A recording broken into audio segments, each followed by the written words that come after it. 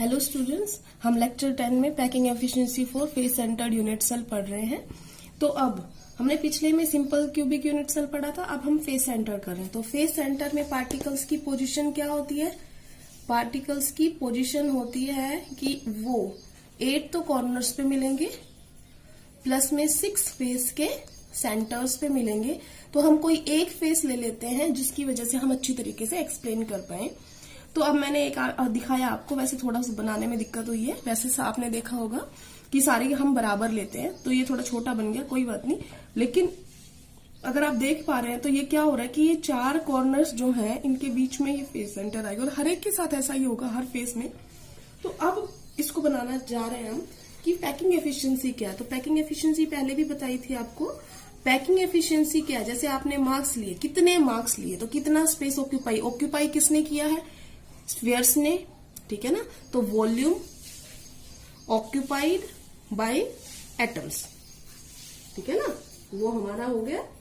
Plus में atoms या spheres, हमने स्फीयर्स लिखे हैं, इसमें कितने हैं एटम्स वो हमें देखने पड़ेंगे। बटे में total volume of unit cell into में 100, पहले भी आया था ये फॉर्मूला। अब हमें पहला काम वॉल्यूम ऑक्यूपाइड बाय एटम्स या स्फीयर्स जो भी हम ले रहे हैं,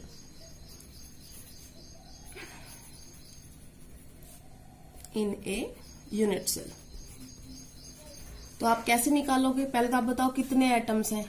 आपने निकाले 8 कॉर्नर्स के हिसाब से आप पार्टिकल निकालोगे तो 1/8 प्लस में 6 उसके फेस के सेंटर थे, उसका कंट्रीब्यूशन 1/2। कितने आते हैं पार्टिकल फेस सेंटर पे? 4। तो यहाँ पर कितने पार्टिकल हैं? 4 पार्टिकल है। और एक का कितना होता है वॉल्यूम? 4/3 पाई आर की क्यूब। क्या बताया मैंने यहाँ पे?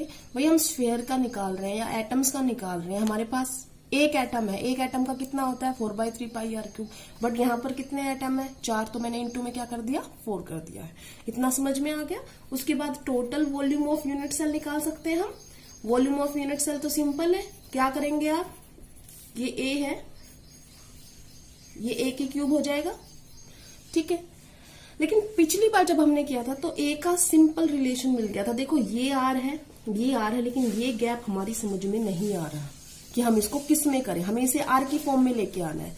तो आर की फॉर्म में लाने का एक तरीका ये है कि आप ये वाली चीज अगर, क्योंकि ये वाली क्या है, डायरेक्ट कांटेक्ट में है, तो आप यहां से ये वाली की वैल्यू निकाल सकते हैं ना। तो कैसे निकालेंगे हम?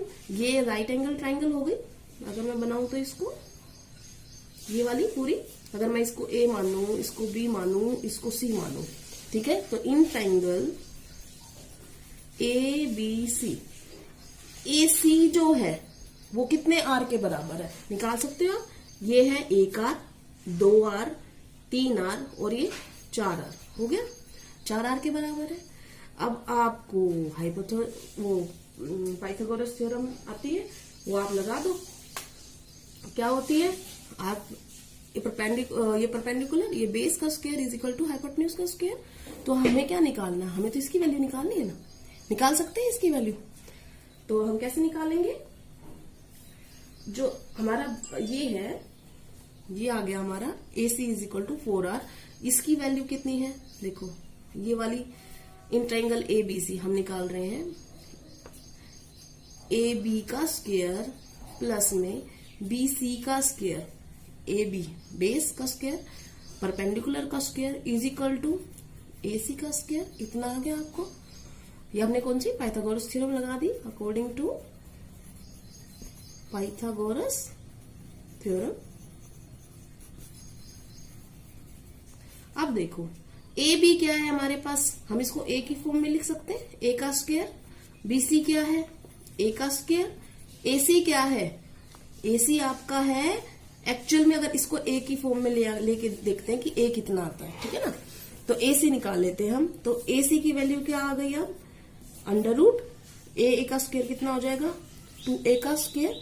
बाहर आ जाएगा तो ये √2A लिख सकते हैं। इतनी बात समझ में आ गई आपको। तो AC जो है वो वैल्यू आ गई √2A। जबकि हम क्या कह रहे थे थोड़ी देर पहले, AC कितने के बराबर है? 4R के बराबर। दोनों बराबर हो गए। तो यहाँ पे A की वैल्यू निकाल सकते हैं हम, इन दोनों को पुट कर दिया हमने। तो A की वैल्यू कितनी आ गई? 4 R/√2, ठीक है ना। तो ये आपका आ गया। इस वैल्यू को आप उसका वॉल्यूम निकालने के लिए इसमें पुट कर सकते हैं। इक्वेशन नंबर 1 कर देते हैं हम, पुट वैल्यू इन इक्वेशन 1। तो वॉल्यूम क्या आ गया यूनिट सेल का, A की क्यूब, और A क्या है हमारे पास 4/√2 R की क्यूब, ठीक है। अब वैल्यू पुट कर दो पैकिंग एफिशिएंसी की। Packing efficiency is equal to volume occupied by atom कितना था 4 × 4/3 πr³। Volume of unit cell कितना है 4/√2 R³ इंटू में 100। जब आप इसको पूरे को सॉल्व करोगे तो आपकी जो पैकिंग एफिशिएंसी आएगी वो आ जाएगी 74% एग्जैक्टली। आप करके देख सकते हैं, कैलकुलेटर से कर लो या आप वैसे करके देखेंगे तो ऑटोमेटिकली आपकी इतनी वैल्यू आ जाएगी 74%। ये जो पैकिंग एफिशिएंसी आई है CCP की और HCP की सेम होती है, ठीक है ना, यही होती है 74%। तो ये आपको करवाया भी हुआ है जब आपको डिफेंसेस करवा रहे थे स्क्वायर क्लोज पैकिंग में और HCP और CCP में, तब भी कराया था। तो आज के लिए इतना ही। Thank you class.